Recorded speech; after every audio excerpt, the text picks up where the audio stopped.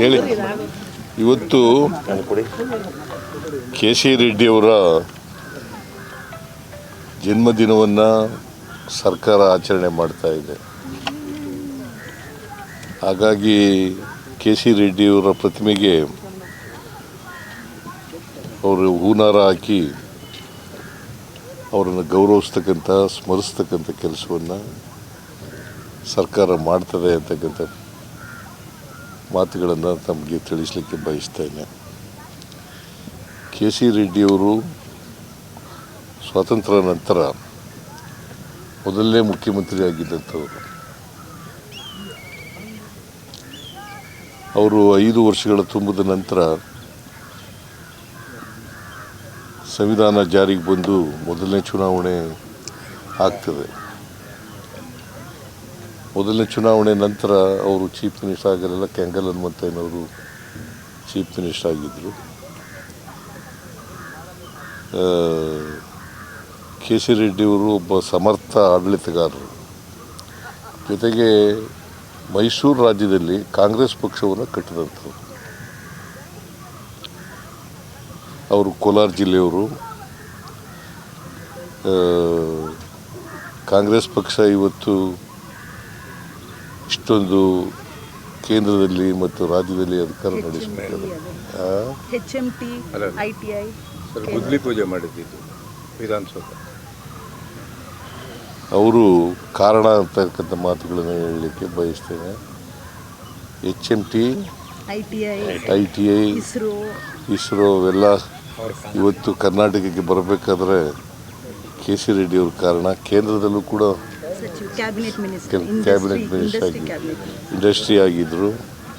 So ಅವರನ್ನು ಇವತ್ತು ನೆನ್ಕೊಳ್ತಕ್ಕಂಥ ಅವರ ದಾರಿ ಆಡಳಿತದ ಹೆಜ್ಜೆಗಳಿದ್ದಾವಲ್ಲ ಅವು ನಮಗೆಲ್ಲ ದಾರಿ ದೀಪ ಅಂತಕ್ಕಂಥ ಮಾತುಗಳನ್ನು. ಒಬ್ಬ ಸಮರ್ಥ ಪ್ರಾಮಾಣಿಕ ರಾಜಕಾರಣಿಯಾಗಿದ್ದರು. ಸಾರ್ವಜನಿಕ ಜೀವನದಲ್ಲಿ ಅವರು ಪ್ರಾಮಾಣಿಕವಾಗಿ ಇದ್ದಂಥದ್ದು ಮತ್ತು ಸ್ವಾತಂತ್ರ್ಯ ಹೋರಾಟದಲ್ಲಿ ರಾಜ್ಯಕ್ಕೆ ಸ್ವಾತಂತ್ರ್ಯ ಅವರ ನೇತೃತ್ವದಲ್ಲಿ ಅವರಿಗೆ ಅವರು ಸ್ವಾತಂತ್ರ್ಯ ಹೋರಾಟದಲ್ಲಿ ಭಾಗಿಯಾಗಿದ್ದಂಥವರು. ಅವರನ್ನು ಇವತ್ತು ಸ್ಮರಿಸ್ಕೊಳ್ತಕ್ಕಂಥ ಕೆಲಸವನ್ನು ಮಾಡ್ತಾಯಿದ್ದಾರೆ. ಅವರ ಆತ್ಮಕ್ಕೆ ಚಿರಶಾಂತಿ ದೊರಕಲಿ ಅಂತೇಳಿ ನಾನು ಪ್ರಾರ್ಥನೆಯನ್ನು ಮಾಡ್ತೇನೆ. ಅವರ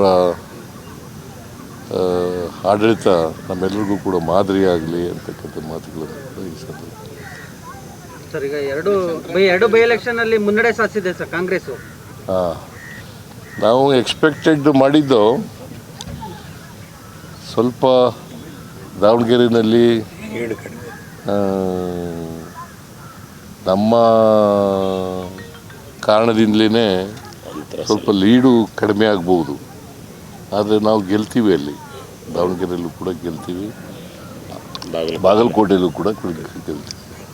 ಪಂಚರಾಜ್ಯ ಚುನಾವಣೆಯಲ್ಲಿ ಕಾಂಗ್ರೆಸ್ಗೆ ಓವರಾಲ್ ಹಿನ್ನಡೆ ಆಗ್ತಾ ಇದೆಯಲ್ಲ ಸರ್ ಎಲ್ಲ ಸ್ಟೇಟಲ್ಲೂ. ಈಗ ವೆಸ್ಟ್ ಬೆಂಗಾಲ್ನಲ್ಲಿ ನಮ್ಮದೇನು ಇರಲಿಲ್ಲ. ಅಸ್ಸಾಂನಲ್ಲಿ ನಮಗೆ ಎಕ್ಸ್ಪೆಕ್ಟೆಡ್ ರಿಸಲ್ಟ್ ಬಂದಿದೆ. ಜನರ ಆಶೀರ್ವಾದ ಏನು ಮಾಡಿದ್ದಾರೆ ಅಲ್ಲಿ ಅದನ್ನು ನಾವು ಒಪ್ಕೊಳ್ತೀವಿ. ಕೇರಳದಲ್ಲಿ ನಮ್ಮ ಎಕ್ಸ್ಪೆಕ್ಟೇಷನ್ಗಿಂತ ಹೆಚ್ಚು ಸ್ಥಾನಗಳನ್ನು ಗೆದ್ದಿದ್ದೀವಿ. ನಾವು ಸುಮಾರು 76ರಿಂದ 80 ಗೆಲ್ತೀವಿ ಅಂತ ಹೇಳಿದ್ದು. ಈಗ 95ರವರೆಗೂ ಕೂಡ ಗೆದ್ದಿದ್ದೀವಿ. ಮುನ್ನಡೆ ಸಾಧಿಸಿದ್ದೀವಿ. 95 ವಿಧಾನಸಭಾ ಕ್ಷೇತ್ರಗಳಲ್ಲಿ 95 ವಿಧಾನಸಭೆ ಇದ್ದೀವಿ. ಬಹುಶಃ ವೆಸ್ಟ್ ಬೆಂಗಾಲ್ನಲ್ಲಿ ಆಡಳಿತದ ವಿರೋಧಿ ಅಲೆ ಇರ್ಬೋದು ಅಂತ ಅಂದ್ಕೊಂಡಿದ್ದೀನಿ ನಾನು. ತಮಿಳುನಾಡಿನಲ್ಲೂ ಕೂಡ ಆಡಳಿತ ವಿರೋಧಿ ಅಲೆ ಇದೆ ಅಂತೇಳಿ ಅಂದ್ಕೊಂಡಿದ್ದೀನಿ.